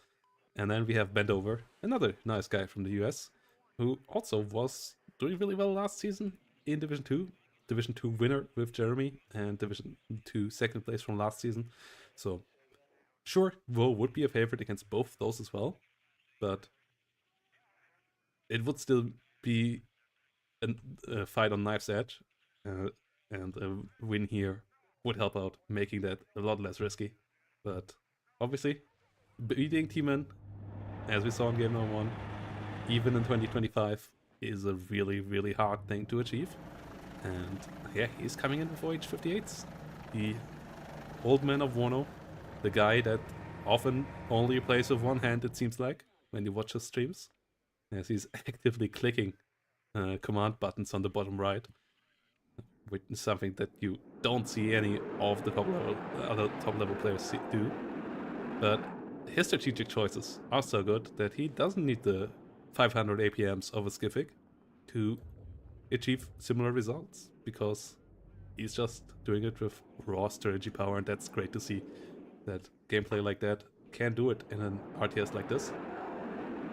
Me too here, spotting for the SU-25. Teaming with conservative deployment, so the Me Too didn't find it too quickly here. SU-25 doesn't get any massive kills here. Sure, the pickups here that it gets are nice to get, but doesn't really change the play of the game. UF-16 actually risks it here. The MiG-29, the slightly better fighter with the R-27Ts, so F-16 disengaging now. Hawk gets good stress. Does the F-16 actually stay and fight? Oh, it actually now tries to bring the fight to the MiG-29. Push and pull here between these two. F-16 now trying to come around. The MiG-29 takes the fight. F-16 gets the missile out first now though. And the MiG-29 was already stressed. Yeah, that was a bad idea. That was a really big misplay from... Whoa. That MiG-29 was already stressed. He shouldn't have taken that fight. He was a bit overeager there. He should have just flown out. The F-16 is as fast as the MiG-29, so it couldn't have caught it. Yeah, he was out for blood, and he got punished for it. That was a big mistake. Losing these MiG-29s is painful, especially against 11 ACAF, which has good AT planes and so on. So, and you don't get a second good fighter card, you only get that MiG-29 card, meaning you only have one good MiG-29 now left. And then afterwards it's MiG-23s, which aren't bad, but they aren't one-to-one comparable with the F-16s on the other side. So, yeah, that was a costly loss there. He should have just been fine with a draw, no side dying, and fly out. But Yep, he got punished there for his own greed. And now we see a big push here in the north. This could work, as we have Panzer Grenadiers on a pretty defensive position here. Smoke, let's just get closer, but there are decent forces here. 2 M1A1s, one as a CV, one as the ACAF recon unit here. And the Milan 2, those are still good forces. We only have 1 T-80 here, but we have 3 BMP-2s firing the ATGMs. And not hitting anything, good smoke there by T-Man. Gets on top of the T-80BB. Milan 2 gets a good kill. And the BMP-2s are in gun range as well, so I don't think this works now. This is something WoW has to evacuate. We don't want to lose the T-80BB. So, yeah. Smoking off, running away now. Losing the Motor Strike in front. So, another good trade here for T-Man Place. T-Man just taking it slowly. Well set up engagement. Didn't overextend at all with the M1s. Let's be careful to not run through Motor Strike Vetredka's RPG. That could swing this fight heavily still. But is getting free damage right now. Panzer Grenadiers, thanks to their sniper rifle, can deal with Motor Strikes in the infantry fights. Out suppressing them. Motor Strike does miss. Otherwise that could have been big. Big 23s here. Going in deep. Cluster. This is a slowed down M1A1. And it goes down. SU-24 gets hunted. The missile doesn't get a hit though. So the SU-24 cluster gets out. Still sacrificed the MiG-23 MLDAA there. And a lot of infantry beforehand. So this is still for sure not a free game here. Even a lot of the BMP CV actually went down as well. So yeah, Vo still paid for this kill, but he got the kill, and that's the most important part here. IZD trying to hunt on the M1A1. Yes, the Panzer Grenadier still around here. One went down, but the second one's still here. Milan 2 over here in a scary spot as well. So I would say in the end, T-Man's still coming out ahead, but at least Vo didn't get overrun and didn't just give it all away. Vo still traded okay. Not good, but okay. Gets BMPs into the south now. On the other side, Martyrs with Panzer Grenadiers arriving for the south. So T-Man is getting good forces in here now. And it's going to be interesting to see who is going to win the south. It currently seems like T-Man is the one who will get the extra point tick here. Bo only now getting a CV out, giving up a lot of points here for trying to get the tempo online. And S-25 here now flying around. Goes for the cyanide. Cyanide has to be careful there. Gun can shoot it down quite quickly. And gets the helicopter. F-16's coming around though, so the S-25 trying to evacuate here will likely take a lot of damage and potentially get shut down. F-16, yeah, gets the kill there. OSA's not in range, so in the end, a good trade here for T-Man again, killing off an SU-25 rocket plane.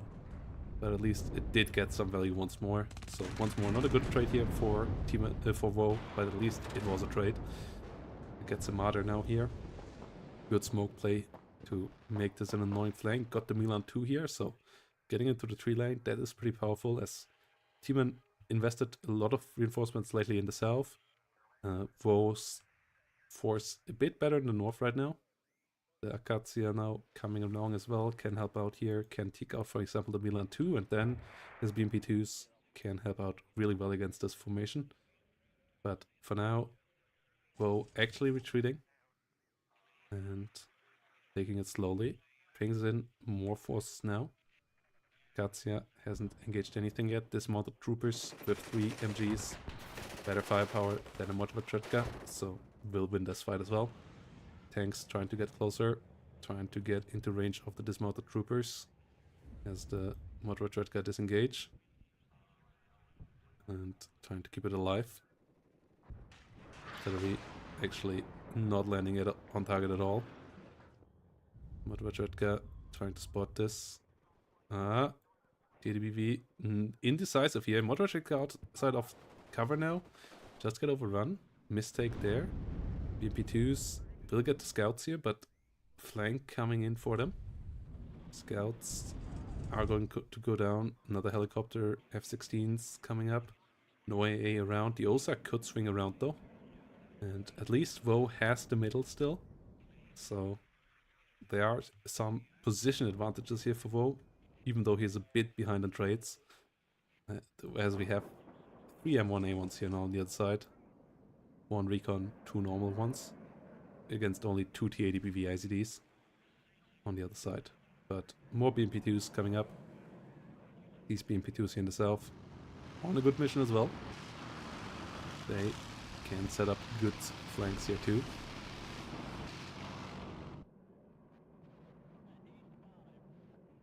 And yeah, TO-55 is engaging slowly here. Could get some good shots here. Oh, the cyanide. The cyanide now.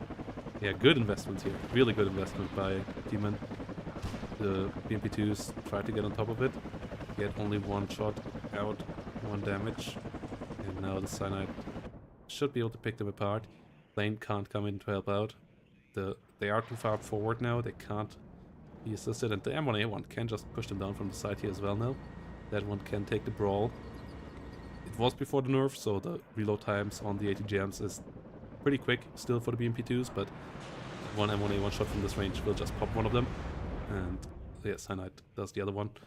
So over eagle push here from WoW, just giving up the northern flank completely. The 2 BMP2s could have held out against the Martyrs decently well. And instead, WoW gives up the whole flank here for 0 gain here. And Demon just winning by chilling out and letting WoW do the maneuvers. Like, really, Demon super cautious here, but always having a good formation to counter what WoW springs around.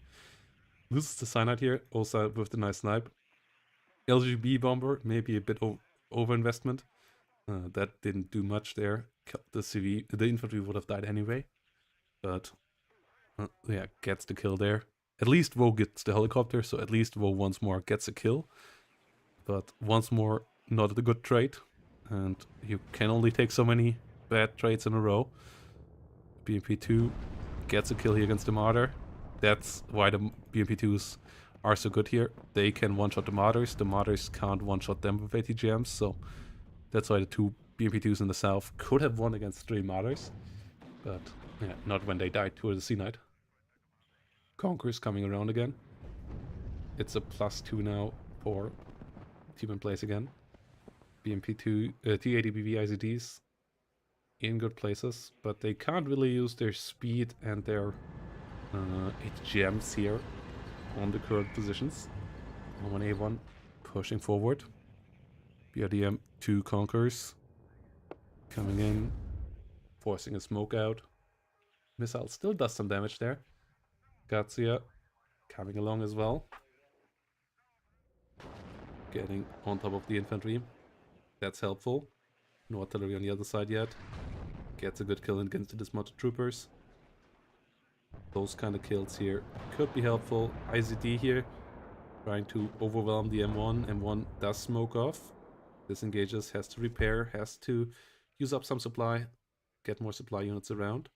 So at least keeps the enemy busy. Good job done there by WoW with that engagement. Has 4 tanks here. One of them is a TO-55 though.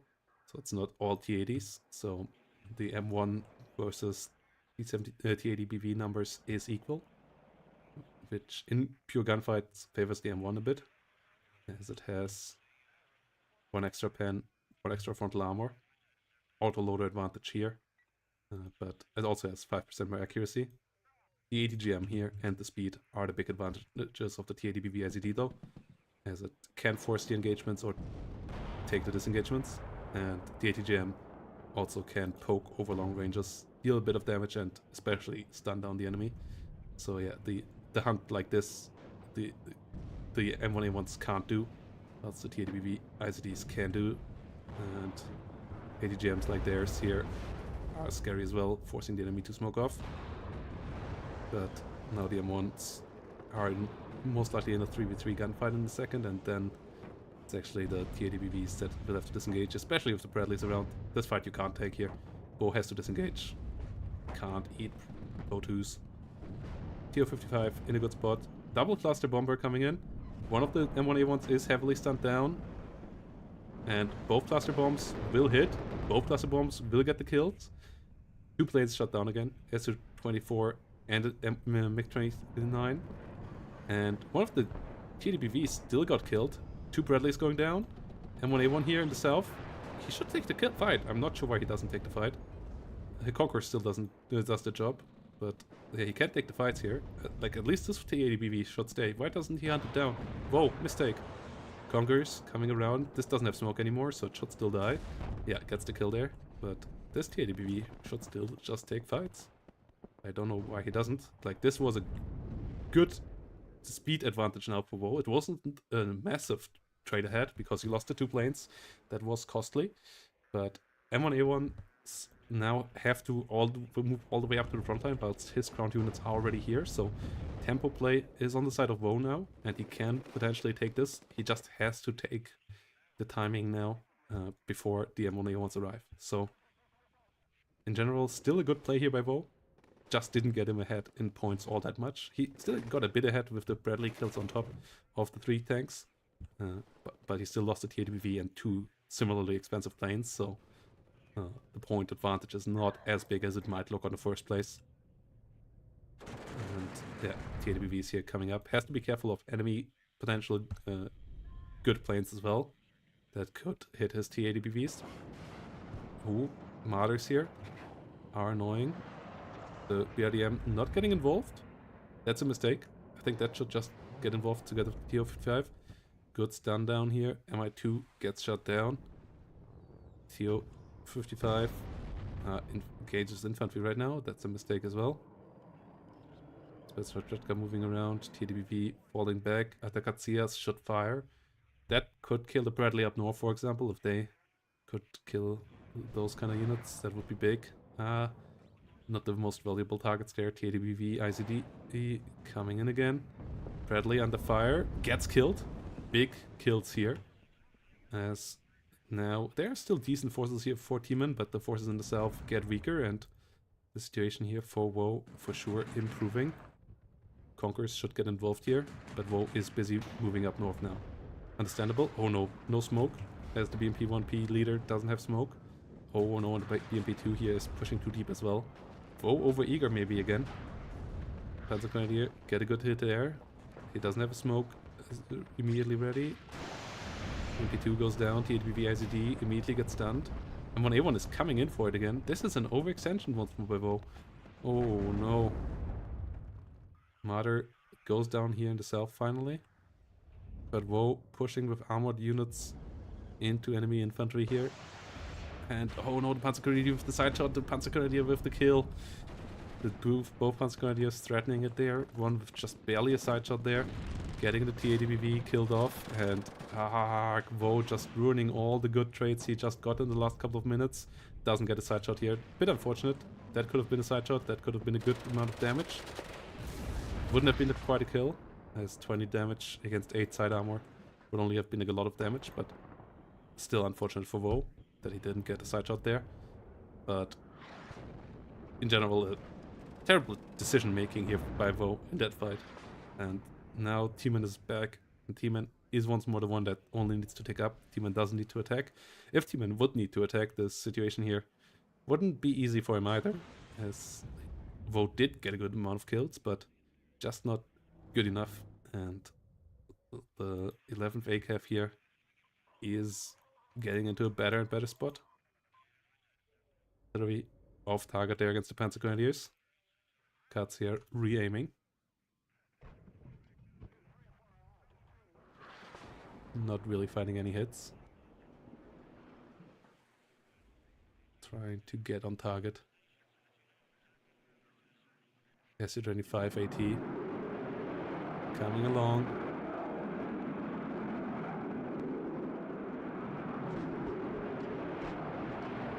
Trying to find a victim here. Gets the stinger. AT plane not getting on target against anything else. Gets pushed out again. 6 minutes till rolls me victory. 21 minutes still remaining. Oh no, and the SU-25 actually gets shot down last second by the IHawk there. That's a disaster. Another plane that didn't do much and just got shut down. Investing into SU-25 at this moment in time, when the enemy has the F-16 advantage and so on, in general, is a bit of a weird decision. Mi-24 here in trouble as well. Osa gets one hit here. Coop could finish it off. Does miss. And the Mi-24 goes down as well. Now we have only 3 TADPV IZDs and some light support forces versus 2 Abrams, 3 Bradleys, a good amount of Milans, some helicopters. Like, this is not the force that you push through with. Once more running into the Panzergrenadiers. And yes, it's only Panzerfaust 44s. Sure, they are not great launchers. But if they get you side shot, they can rout you, they can heavily damage you like that. And when you don't have any recon in front of these guys, chances are they will get side shot. Another side shot here gets another TADPV IZD. And once more, these will be super combat inefficient. Something like a Bradley or M1A1 even could hunt them down. And even if you kill the Panzergrenadiers now, this is not an efficient trade. This one sets itself up for getting side shot the second time. Will find Panzergrenadiers as they ran out of ammo. This one still has 2 shots. TADPV over here has to retreat. So yeah, these units at least will get killed eventually. Likely. Oh, actually might even be able to disengage. Yeah, they are able to disengage. This is not a side shot this time. Only 1 hit point. TADPV IZD can take that fight now. But this is not a cost-efficient way of dealing with Panzergrenadiers. Like, you need a lot of supply to fix this up. A lot of time. And the TADPV here now coming around. Do you have supply cards over here? Conquerors could find the hits here. Good smoke by T-Man. Yeah. Don't want to risk that. Pushes forward now. Good disengage by the Conquerors. But Bradley is keeping on pushing. And this is a scary position.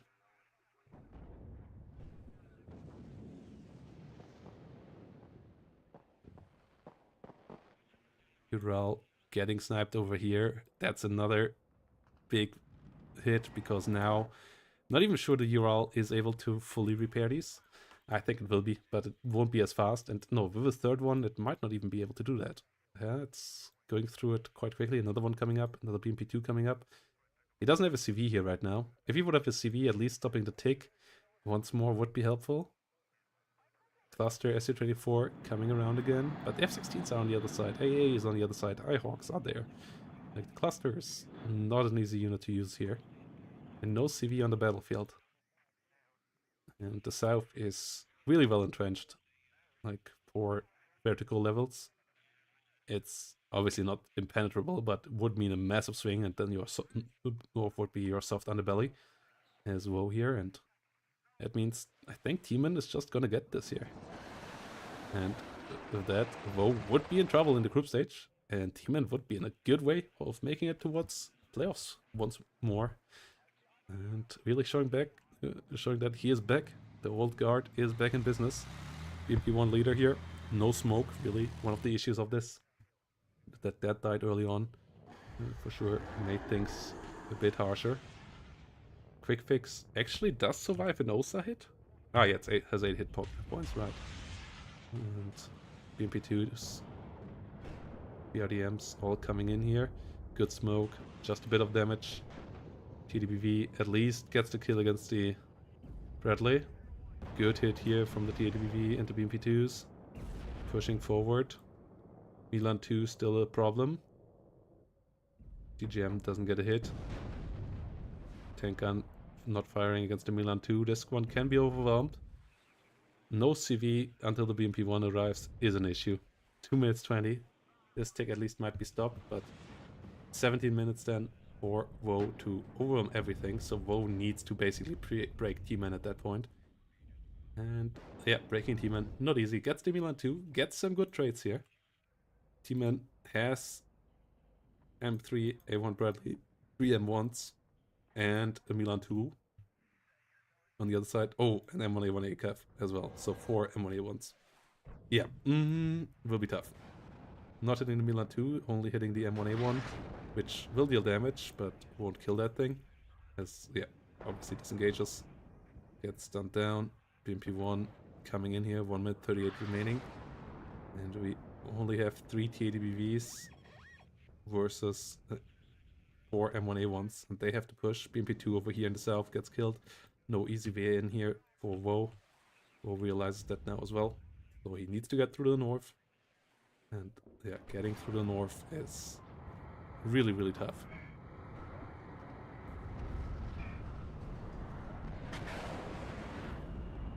And the TADBV ICD gets sniped here in the north. Oh no. Cluster Bomber doesn't get anything done. I'm not quite sure what happened there, but yeah, just went down. Might have gotten side-shotted by something here. SR-25AT at least gets an M1A1 ACAF back, but yeah, a second ago that might have enabled the push. Now with a damaged TADBV over here and another one dead over here, that's not gonna happen. Spetsnaz GRU and Superior PO can push to the north. 15 minutes only though. TADBVs still trying to get involved. M1A1 are still good there in numbers. Bradley's coming in more. 2 more M1A1s coming in. And 2 UH supply means a good amount more points here for another Bradley or so. As the TADBVs try to get the hits here. BMP2s go down. We don't have endless Bradleys, so Bradley numbers here have to be used carefully. One more goes down to the Rapira. Good hits there. Like, it's not like WoW doesn't get any good trades here, but on average, he just slips up a bit too much compared to the map position he has. And T-Man is just left with 55% of the map. And the trades are not 55% in favor of WoW, only 50-50 or even slightly in his disadvantage, and that's not something you can allow when you give the enemy the map. Milan 2, the next victim here, that's out of ammo anyway. And Humvee likely gonna die. Another Milan 2 spotted over here. But only 14 minutes. The 14 minutes timer here. I once more believe that WoW has good chances of actually breaking here eventually. But not right now. And that's the issue. Milan 2 here. Coming towards the TADBV. Switching target again here. These guys will get over these guys.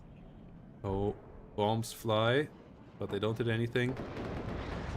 Only a supply helicopter going down. The SU-24 coming in too quickly there. That was too forced as well. Like, that's a great toy for the breakthrough attempt in the end. Bringing it right now, I think was a big mistake. Infantry pushing through here. Get the power Milan 2. So, good idea that you didn't hit it with artillery. So did get the kill anyway. Rapira pushes over the open. Now gets an M1A1 gun range. So that one will end quickly as well. TDBV, IZDs, engaging, BP2 goes down, Rapira goes down, nothing else goes down. So, once more, good trade here for T-Man. Buying time, 30 minutes, 20 seconds remaining. And time is running out here for Wozmy. Time is running out rapidly. He needs to get into this rear zone. As a new target for the Milan 2, for the Akatsias with the Milan 2. TO-55s come around, another TADBV IZD comes in. But yes, his forces on the front line are just a bit too depleted. No supply here right now. Ural should come up, resupplying these guys. He's even running out of fuel here right now. Down to 394 fuel. Gets the Paramilan. That fires a bit more into it. Could switch up to something more important. Now, this building is empty. BRDM Conquerors will get involved here in a second again. And 1A1's getting closer. Have to be careful to not get side-shotted, get hit frontally, get stunned.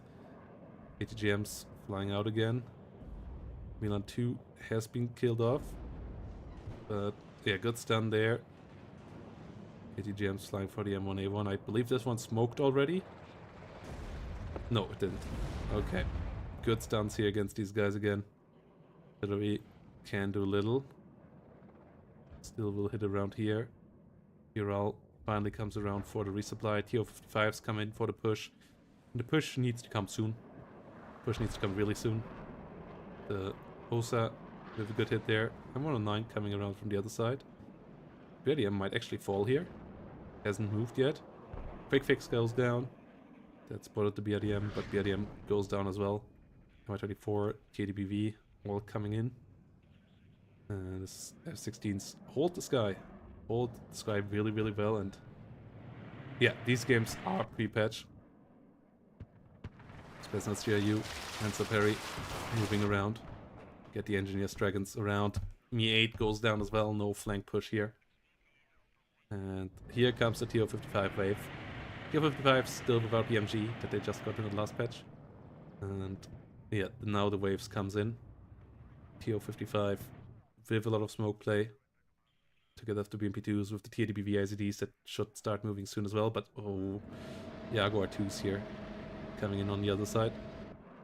Really good against the TO-55s. Can one-shot those. Jaguar, a great investment here. The smoke mortar gets hit, so smoke will fall here eventually. Bradley goes down. Infantry gets stopped here though.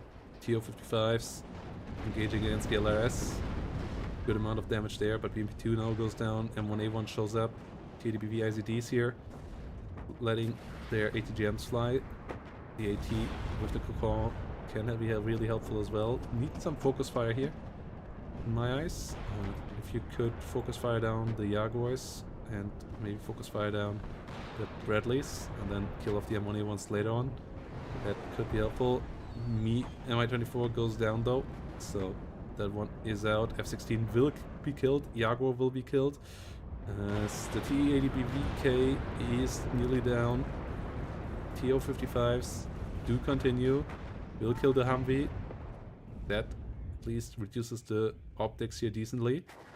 Artillery still coming around, but we still have 4 M1A1s and a Bradley.